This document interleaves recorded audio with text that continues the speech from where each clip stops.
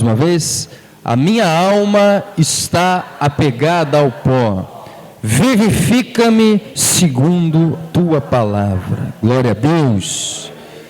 Se assente por um minuto. Aleluia.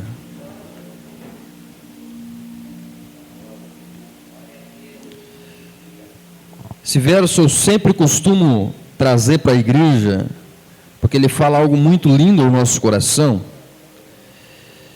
E é um versículo, como você pode ver, que ele está em constante movimento. É um versículo que ele se move e tem um contexto para ele estar dessa forma. Você percebe que o jovem que escreveu esse Salmo 119, que por sinal é o maior salmo da Bíblia, capítulo 119 do livro de Salmos, é o maior capítulo da Bíblia. Inclusive fica o desafio para você ler todo o Salmo 119. Ele é gigantesco, mas ele exalta a palavra de Deus. Um jovem escreveu isso aqui.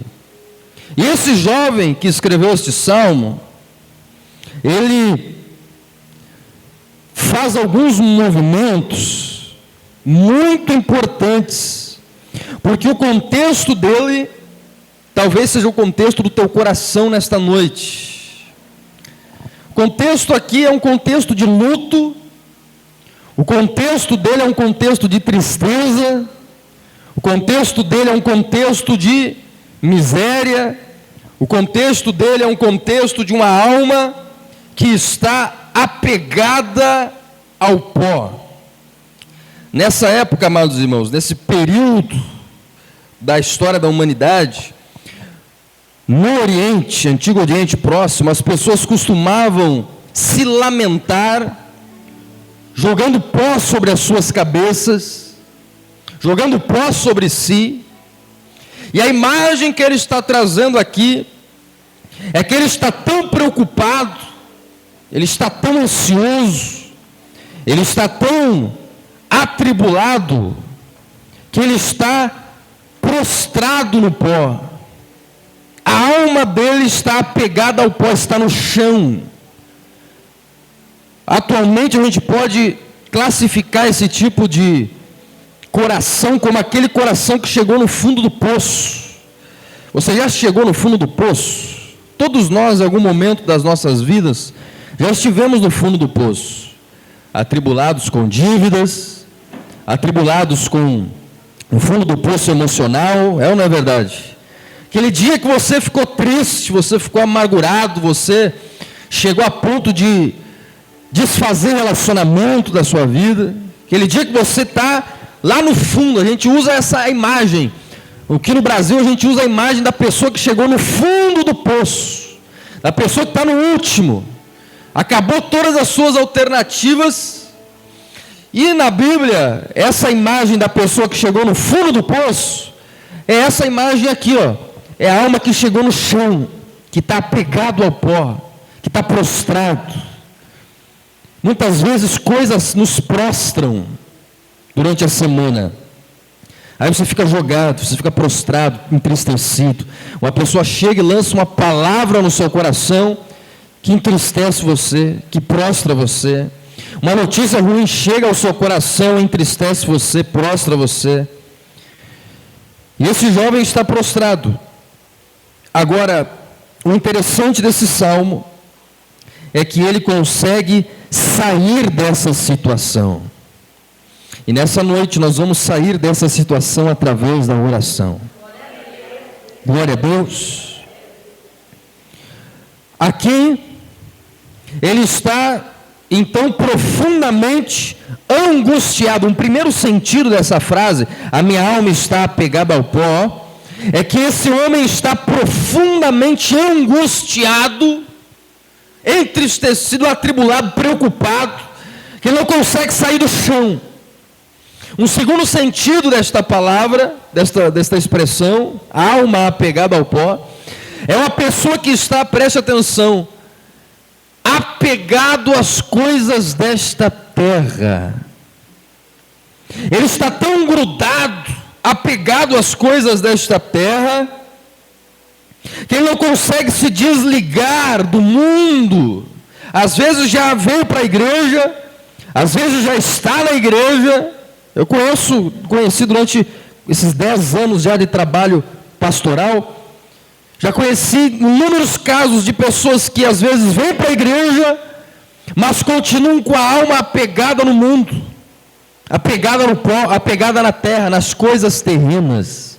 E aqui eu estou falando de pecado, aqui eu estou falando de vício, aqui eu estou falando de coisas que você faz que desagradam a Deus. Quem está atento dá uma glória a Deus aí? Não precisa diminuir o glória a Deus, não.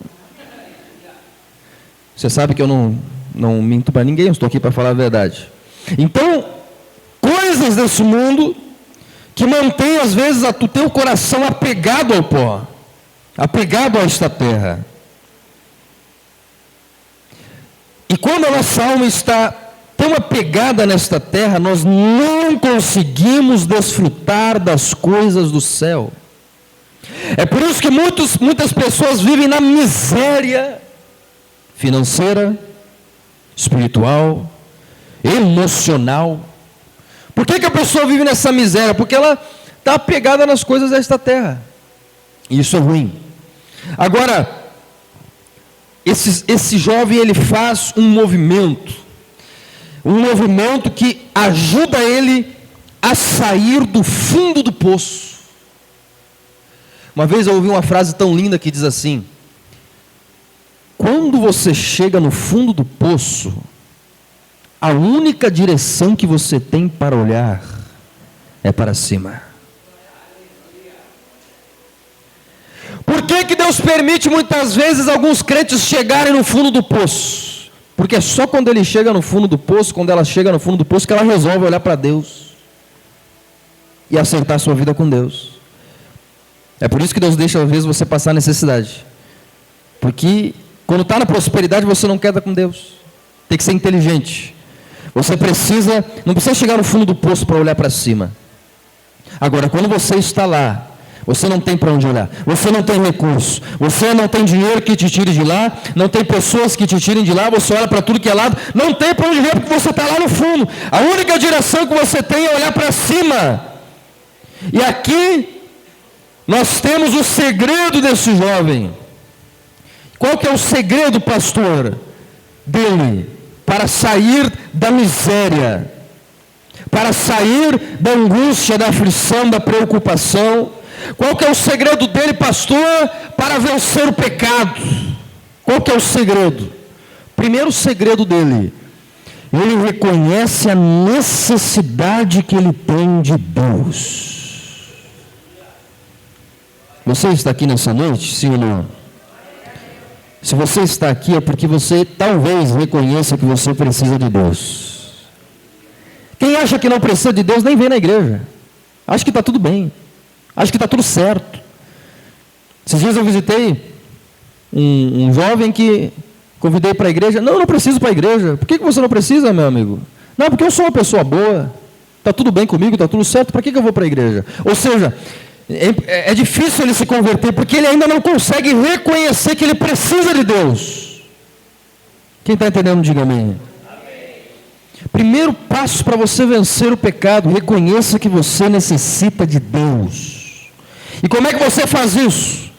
Você está na igreja. Um ponto, um fator que mostra como você sabe que precisa de Deus. Você saiu da tua casa e veio para a igreja. Quando você sabe que precisa do médico, você sai da tua casa e vai até o médico. Agora, o pior doente é aquele que acha que não precisa de médico. É ou não é verdade? Você conhece aquelas pessoas que estão doentes, quase morrendo em cima de uma cama, e não vai em médico de jeito nenhum?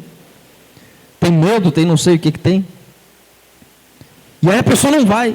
Esse é o pior doente, não tem como ser curado, não tem como ele ser tratado, porque ele acha que não precisa. Talvez ele saiba que precisa, mas não quer reconhecer que precisa.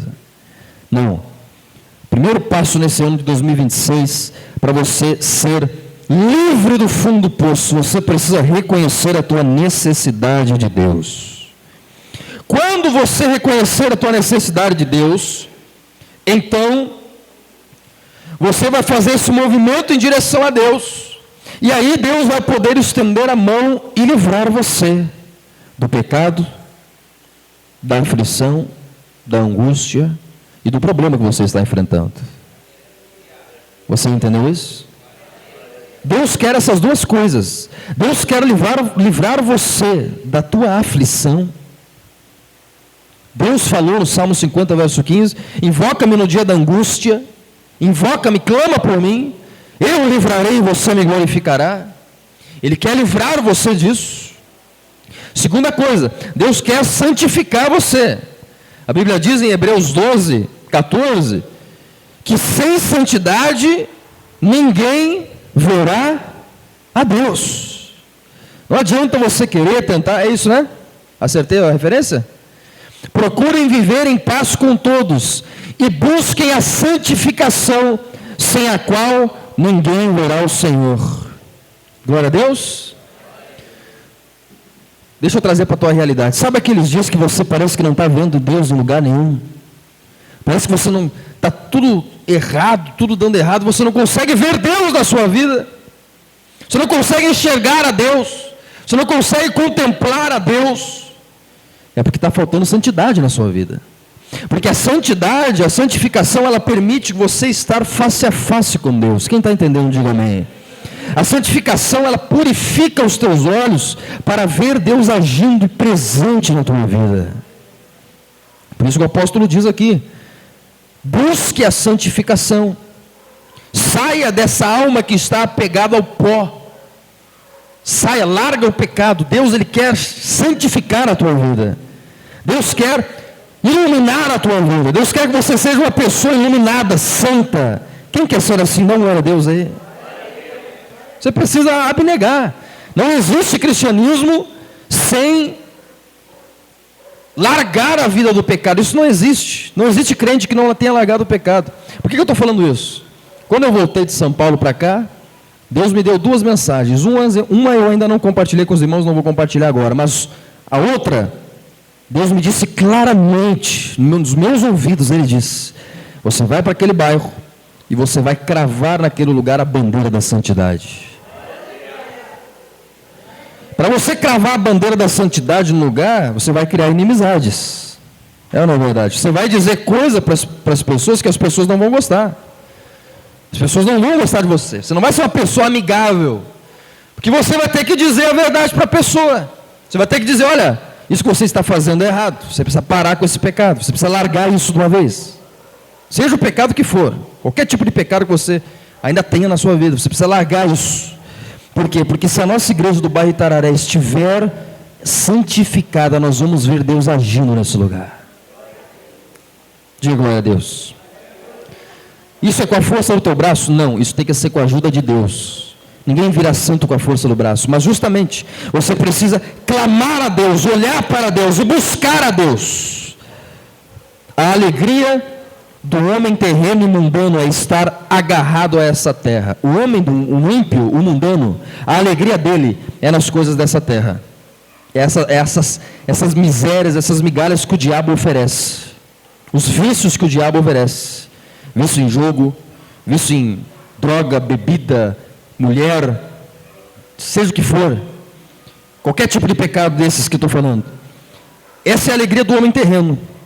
A alegria da pessoa cristã, não.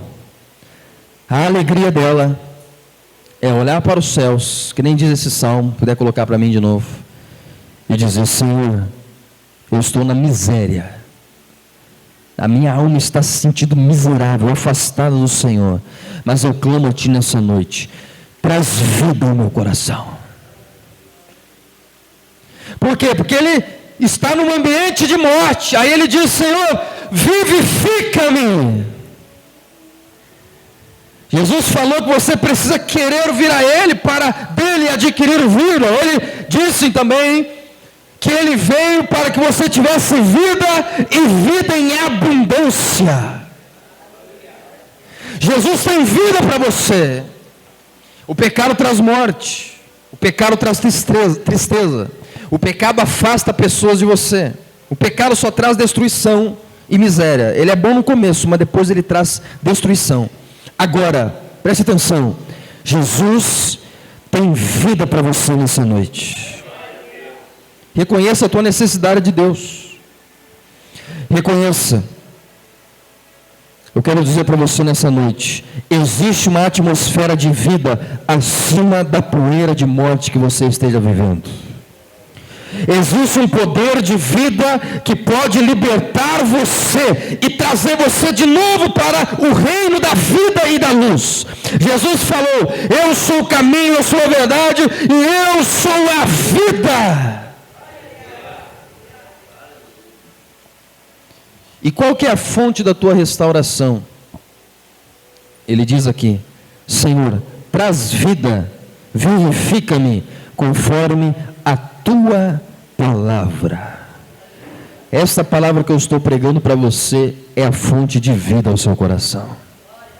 Porque esta palavra pode dizer para você nessa noite: ei, filho de Deus, apesar da miséria, da necessidade que você esteja passando, você precisa tomar uma atitude nessa noite. Você precisa reconhecer que você precisa de Deus desesperadamente, que a tua família precisa de Deus desesperadamente, que os teus filhos precisam de Deus desesperadamente, que esse bairro precisa de Deus desesperadamente. Você precisa olhar para o céu, deixar de olhar para os homens, deixar de olhar para as pessoas, deixar de olhar para as coisas e olhar para Deus. E em Deus, através da palavra de Deus, você precisa encontrar vida. Nessa noite, eu quero dizer para você: Deus quer trazer vida ao seu coração. Você quer isso nessa noite? Diga glória a Deus. Vivifica-me segundo a tua palavra. Você crê na palavra de Deus? Crê ou não crê? Essa palavra, ela tem força no seu coração nessa noite. Diga amém. Então, reconhecer a necessidade de Deus, reconhecer a sua miséria e reconhecer a fonte da tua restauração. A fonte da tua restauração está na palavra de Deus. Você percebe ali que ele não diz: vivifica-me segundo a palavra do pastor fulano, ciclano, beltrano. Vivifica-me segundo o político tal. Vivifica-me segundo o partido tal. Vivifica-me segundo o prefeito tal.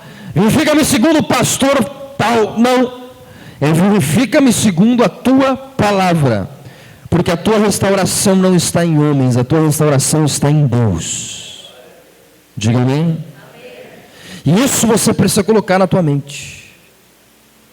Se a criança, que a menor criança que vier aqui e ler a palavra de Deus, o mesmo poder pode vir sobre a sua vida. Porque o poder não está no mensageiro, o poder está na mensagem. Diga amém. Então, creia nisso que eu estou falando. E nessa noite nós vamos ministrar vida sobre o teu coração. Aí eu quero agora que você comece a pensar aí agora, o que você tem diagnóstico de morte? Na tua área física, talvez você tenha diagnóstico de morte. Aqui nós temos a roupa de algumas pessoas aqui que estão acamadas, estão no hospital, estão desenganadas pelo médico. Diagnóstico de morte. Inclusive nós tivemos um irmão aqui, a gente nem contou o testemunho, né? Uma hora tem que contar o testemunho do pai do irmão Lucas, que na quarta-feira recebeu um diagnóstico de morte. Posso contar? Os médicos chamaram a família dizendo: olha, pode chamar os familiares aí para se despedir dele, não tem mais jeito. No domingo ele recebeu alta do hospital. Aleluia! Glória a Deus!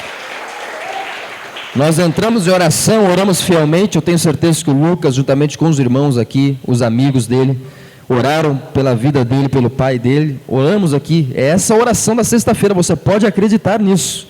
Você que ainda não percebeu, é nessa sexta-feira de oração, nessas sextas-feiras, que a gente consegue os milagres de Deus. Diga amém? É nessas sextas-feiras que a gente consegue os milagres, que a gente consegue a provisão de Deus. É aqui, conquistado em oração. Você não consegue ver com os olhos físicos, mas você tem que abrir os teus olhos espirituais.